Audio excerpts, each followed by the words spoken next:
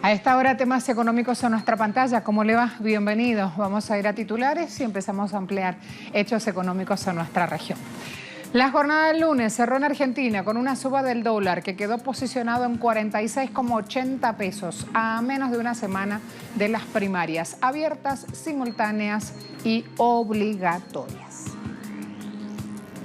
Nuevamente, Estados Unidos designa a China como manipulador cambiario. Ya lo había hecho en 1994. Tema hoy de análisis en nuestro espacio llamado Expediente Económico, Brexit.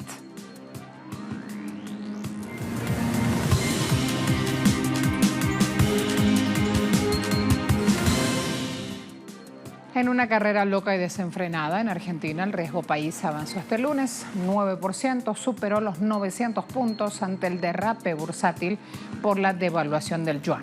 Cotización del dólar en el país sudamericano aumentó 1,8%, empujada por la devaluación de la moneda china, por lo que se vendió a 46,40 pesos en el Banco Nación, una suba de 80 centavos respecto a la jornada del viernes.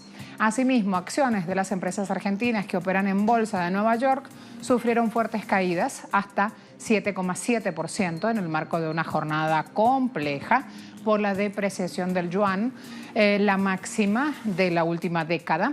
Hay que señalar que esta medida también debilitó monedas de países emergentes que, al igual que Argentina, vieron depreciarse su emblema.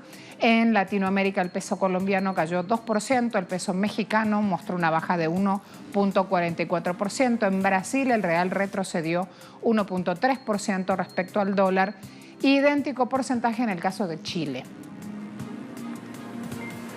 Y en Argentina se dio además un plus. En agosto volvió a subir el combustible entre el 2 y el 2,5%. Si uno lo ve solo en ese porcentaje, dice no es tanto.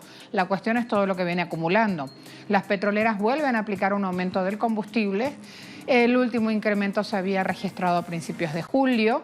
Este nuevo aumento tiene que ver con la aplicación del impuesto a los combustibles que sube en función de la inflación del primer trimestre.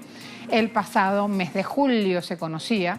El gobierno nacional decidió desdoblarlo, era un 5% en total, para moderar el impacto en los bolsillos. Cabe señalar que para ese entonces las petroleras aumentaron 2,5% los valores de la nafta y 1,75% el precio del gasoil, lo que supone que los primeros días de este mes se aplicará el porcentaje restante.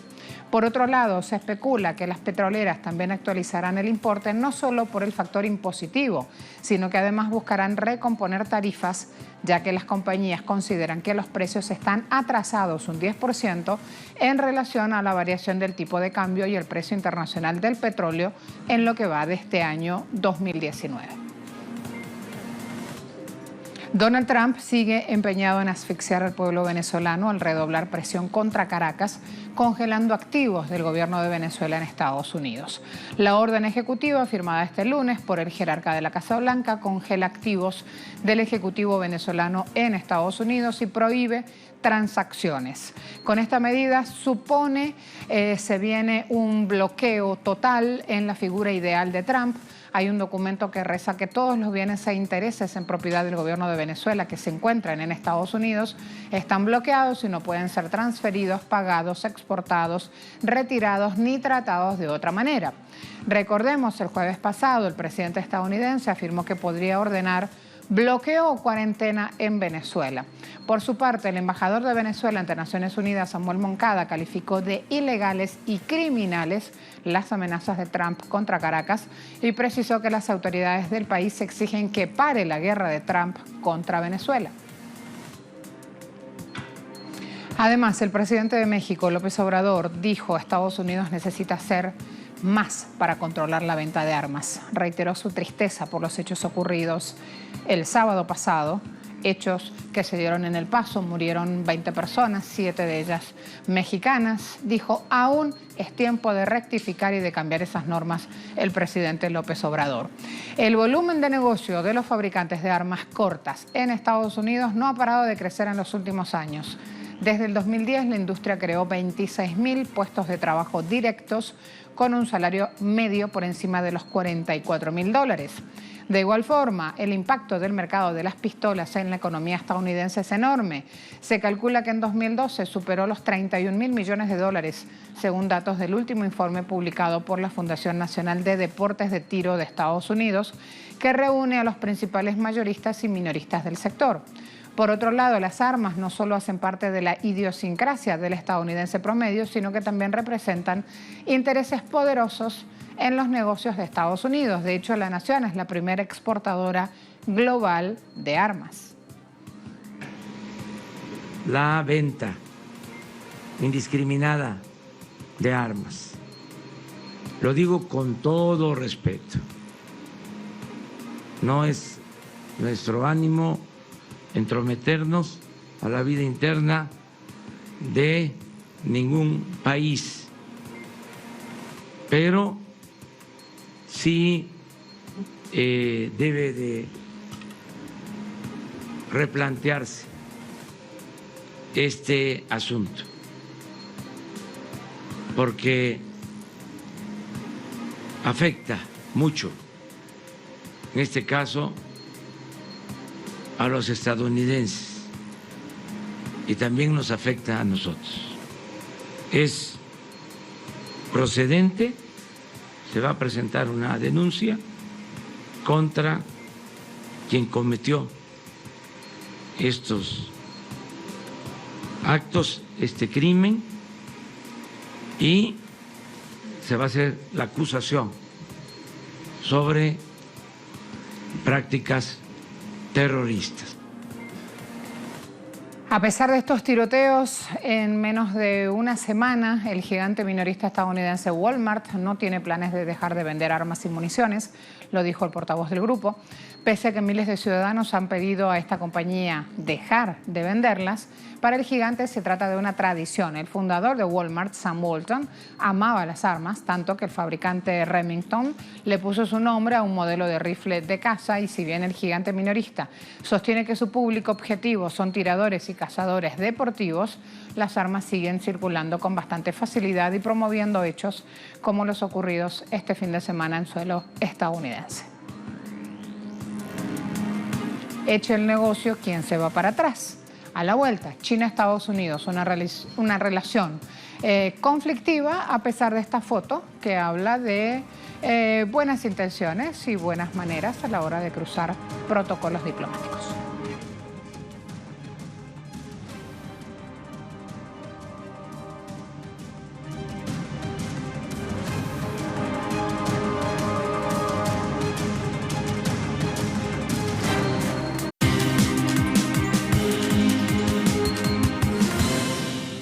Los movimientos del tipo de cambio del yuan de hoy son normales. Todos saben que recientemente Estados Unidos ha tomado algunas medidas arancelarias que ejercen un impacto en la confianza del mercado. En esta situación, que coincide con el proceso de aumentar la elasticidad del tipo de cambio del yuan, romper un número entero no tiene realmente un significado económico específico.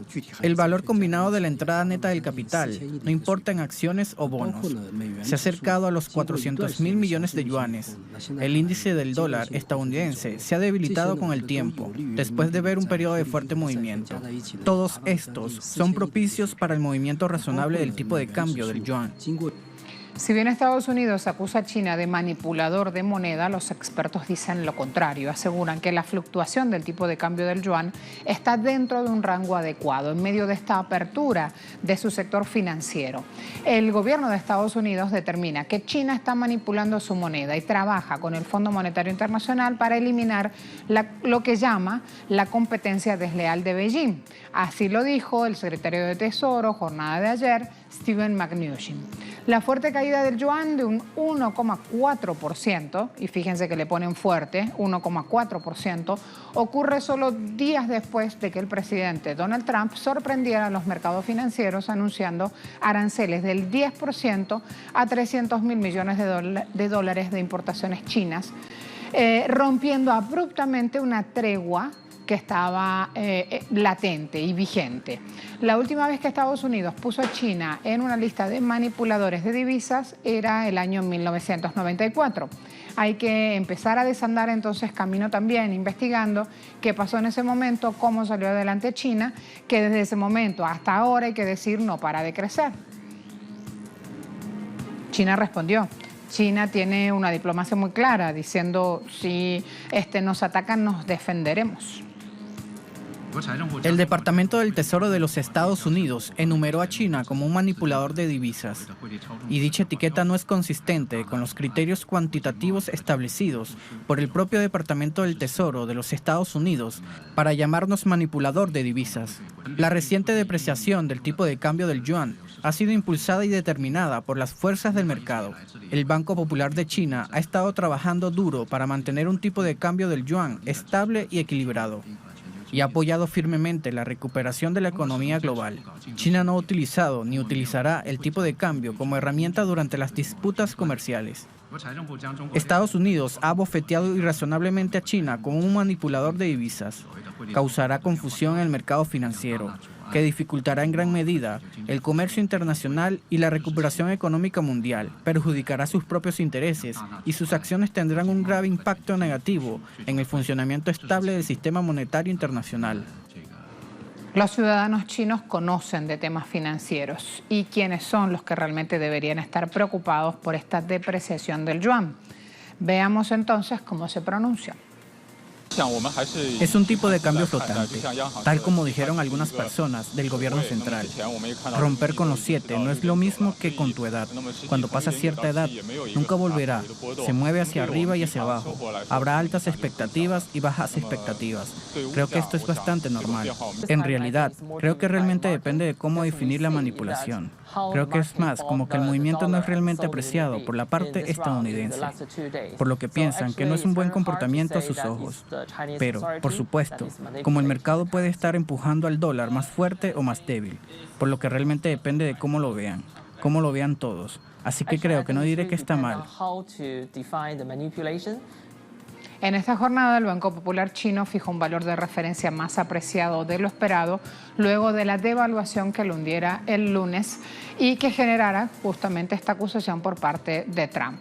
Hay que revisar también la decisión que asume Beijing ahora, asegurando una y otra vez que no manipulará el tipo de cambio para sacar provecho de ningún conflicto comercial. Al dragón rojo solo le basta con cerrar sus puertas a socios que le hacen la guerra.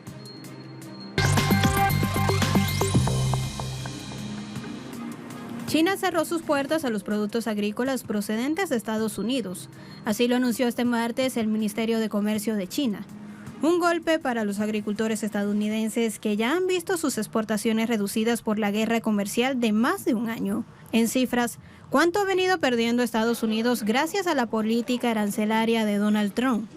Para tener una idea, es importante destacar que China compró a Estados Unidos el año pasado 9,1 mil millones de dólares en productos agrícolas, principalmente soja, lácteos, sorgo y cerdo. Pero esta cifra ya venía en picada si se compara con el año anterior.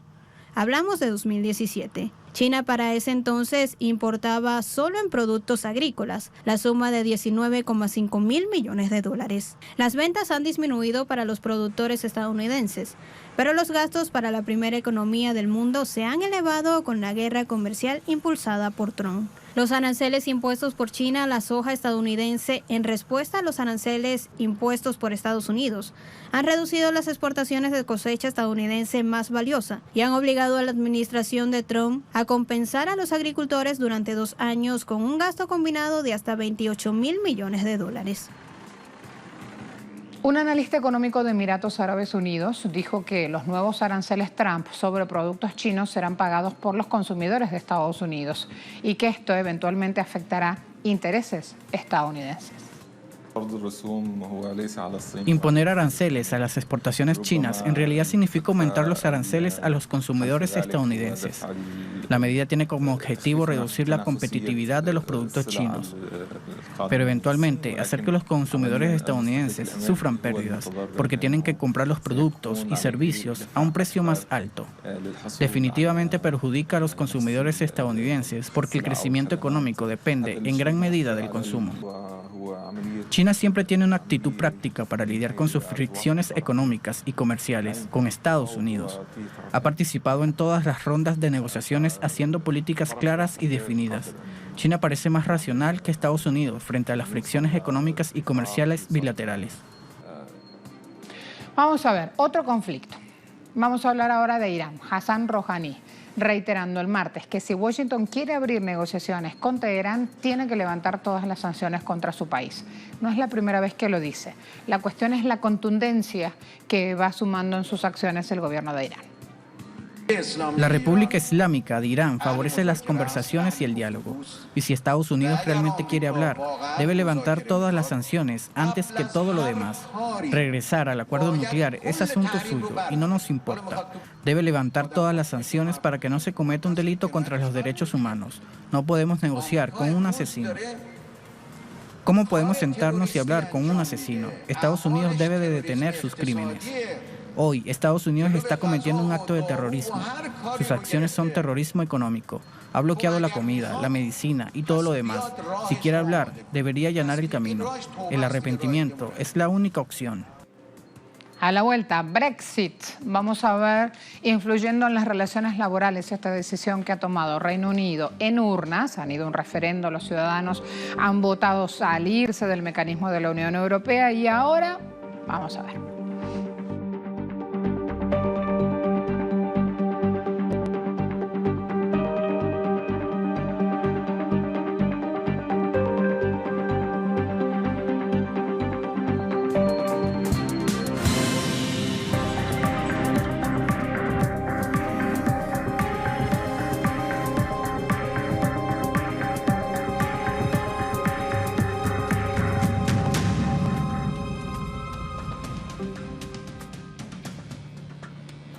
Cada vez falta menos para el 31 de octubre, fecha clave para este divorcio europeo, ese jueves.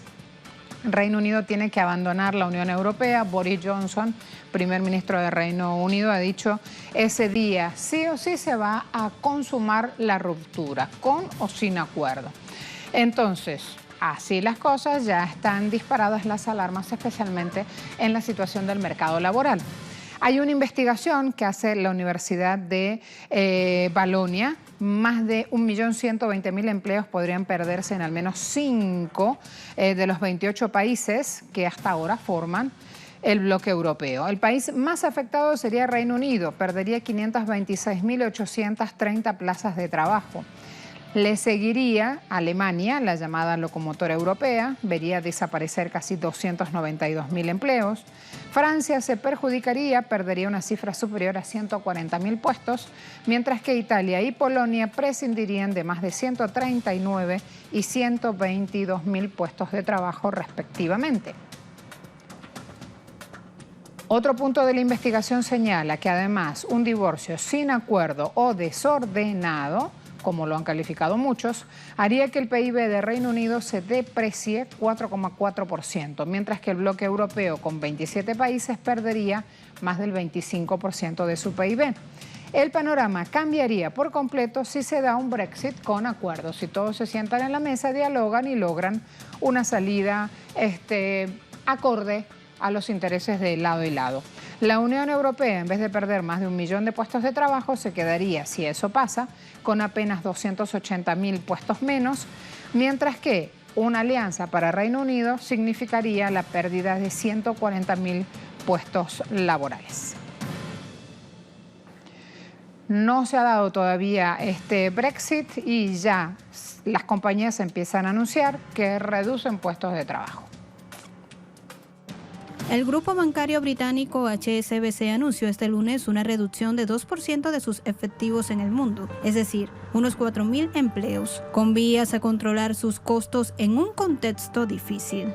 De acuerdo a ejecutivos de la entidad, estos despidos costarán entre 650 y 700 millones de dólares este año a HSBC y están centrados en puestos de responsabilidad. El banco con sede en Londres ha identificado posibles turbulencias en su futuro, sumadas a las que podrían causar el divorcio europeo. En Asia, por ejemplo, región más vulnerable a la guerra comercial entre Washington y Beijing, el banco se prepara para un panorama con menos certezas.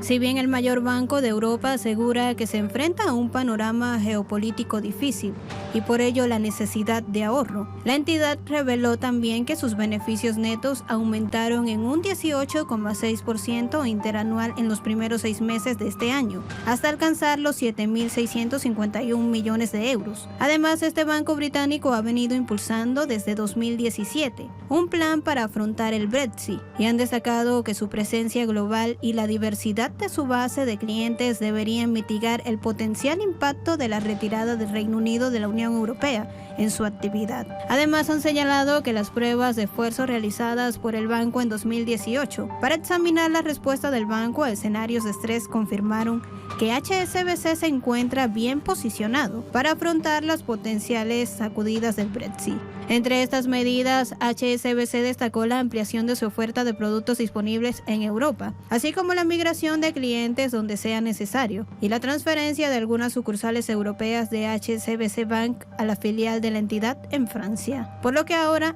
anunciar una reducción de más puestos de trabajo y la excusa que han usado no tiene a muchos contentos. Incluso tras el anuncio, las acciones de HSBC se desplomaban un 3% en la Bolsa de Londres.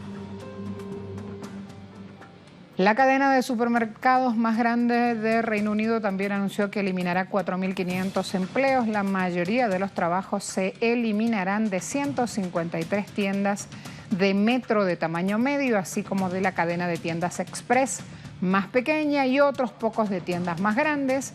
Tesco es el mayor empleador privado de Reino Unido, 300.000 empleados tiene, y evalúa también su estructura. El sindicato de trabajadores de tiendas USDEW, que representa más de 160.000 empleados de Tesco, dijo que pidió la intervención del gobierno para abordar esta crisis. Tras el anuncio, ¿qué pasó? Las acciones de Tesco cayeron casi un 2%.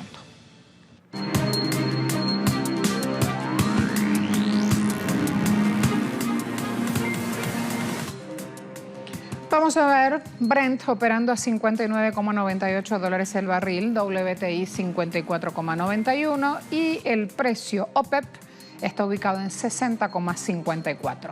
Siempre el barril, siempre en dólares. Gracias.